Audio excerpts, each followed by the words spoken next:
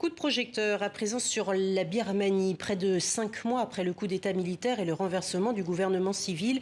Quelle est la situation sur place? La crise politique est devenue économique, sociale, humanitaire. La désobéissance civile est totale. L'État faillit. La répression de la contestation a fait près de 900 morts et a entraîné l'arrestation de plus de 6000 personnes au minimum. Aung San Suu Kyi, jugée, est elle-même détenue dans un endroit tenu secret. Alors, de la Birmanie, certes, on en parle à l'ONU. Il y a eu la condamnation du coup d'État, le contrôle sur le flux des armes, mais jamais rien de contraignant. Alors que peut faire la France face à cet état de fait? On en parle avec notre invitée Anne Genetet. Merci d'avoir accepté notre invitation. Vous êtes députée La République En Marche des Français établis hors de France pour toute la région Asie. Elle est grande. Alors vous venez de déposer à l'Assemblée nationale à Paris donc une proposition de résolution sur la Birmanie. Que contient cette résolution? Qu'appelez-vous? Alors d'abord, je vous remercie de mettre un coup de projecteur sur la situation qui se passe en Birmanie. La Birmanie, ce n'est pas un petit pays à des milliers de kilomètres de la France.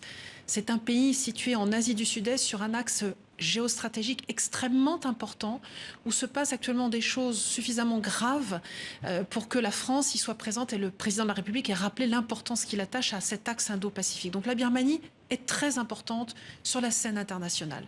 C'est 54 millions de personnes qui souffrent, à qui on a volé leur avenir le 8 novembre dernier, enfin le 1er février dernier, les élections avaient eu lieu le 8 novembre, pardon, et le 1er février, le coup d'État. Et là, maintenant, la question que nous nous posons, c'est, je voudrais rappeler d'ailleurs les mots de François Mitterrand qui avait dit à une époque, vous savez, on essaie toujours de faire attention en tant qu'État, pas d'ingérence. La non-ingérence, elle s'arrête là où commence la non-assistance. Et nous sommes maintenant dans une situation qui frise la non-assistance si nous n'agissons pas. Que pouvons-nous faire? La question que vous me posez, c'est très compliqué parce que les Birmans, les entreprises birmanes ont assez peu d'intérêt économique en France, très peu. Ils en ont dans d'autres pays, mais pas forcément la France. En revanche, en Europe, il y a quelques intérêts. Les intérêts sont beaucoup, notamment en Grande-Bretagne, qui, on le sait, n'est plus en Europe aujourd'hui. Donc, ça n'est pas facile, mais pour autant, je pense que l'Europe et la France doivent faire entendre cette voix que nous portons, cette voix humaniste, cette voix de respect de l'état de droit, de respect d'un destin librement choisi par un peuple. Alors, et c'est ça que contient votre résolution? Ce Donc sont des points, point par point. Absolument. Vous dites, vous suggérez au gouvernement français de faire telle ou telle chose? Absolument.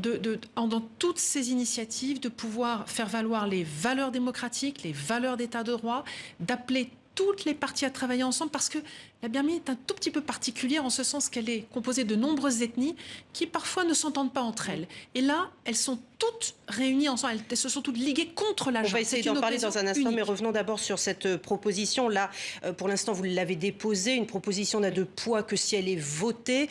C'est la prochaine étape et dans un temps relativement court ou pas? Je le souhaiterais bien évidemment. Hélas, le calendrier de l'Assemblée nationale, qui est conduit aussi par les textes constitutionnels, font que nous ne pouvons pas porter ce texte en session extraordinaire qui commence là le 1er juillet, sauf si ce texte avait été inclus dans le périmètre du décret de convocation. Ça n'est pas le cas. Aujourd'hui, le seul moyen d'avancer, ce serait que le président de la République propose un décret qui impose d'inclure ce texte à l'agenda du mois de juillet.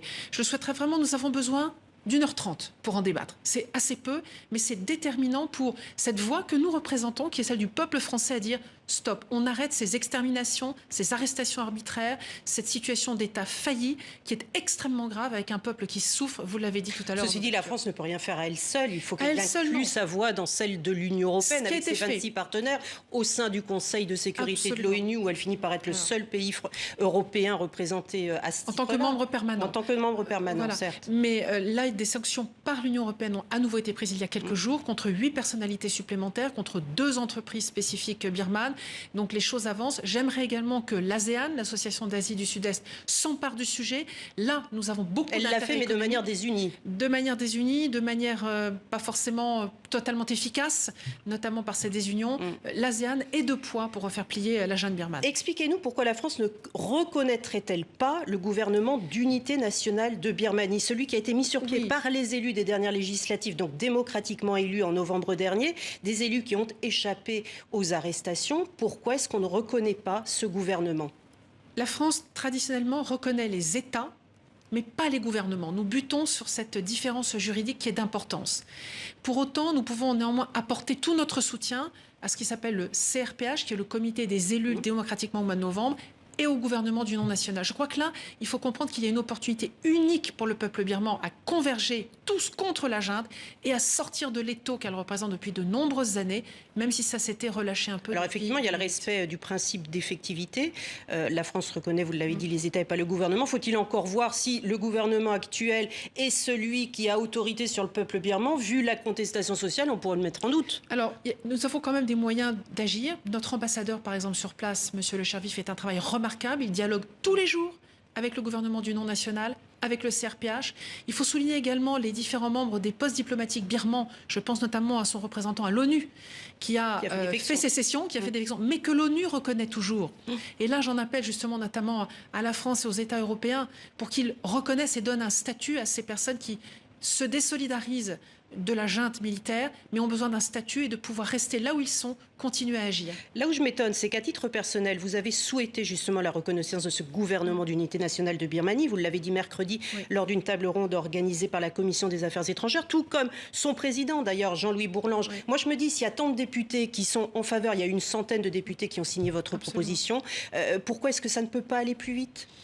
Pourquoi? Alors, encore une fois, il y a un obstacle juridique quant à la position du gouvernement français, mais nous, en tant que représentation nationale, c'est ce que j'exprimais mercredi, nous pouvons tout à fait apporter à tout le moins notre soutien à ces instances, CRPH, gouvernement du non-national, et vraiment encourager, soutenir par tous les moyens, également sur le plan humanitaire, il ne faut pas l'oublier, parce qu'il y a un désastre humanitaire qui est en train de se produire, et puis les accompagner sur cette voie de la démocratie et de l'avenir auquel ils aspiraient tant.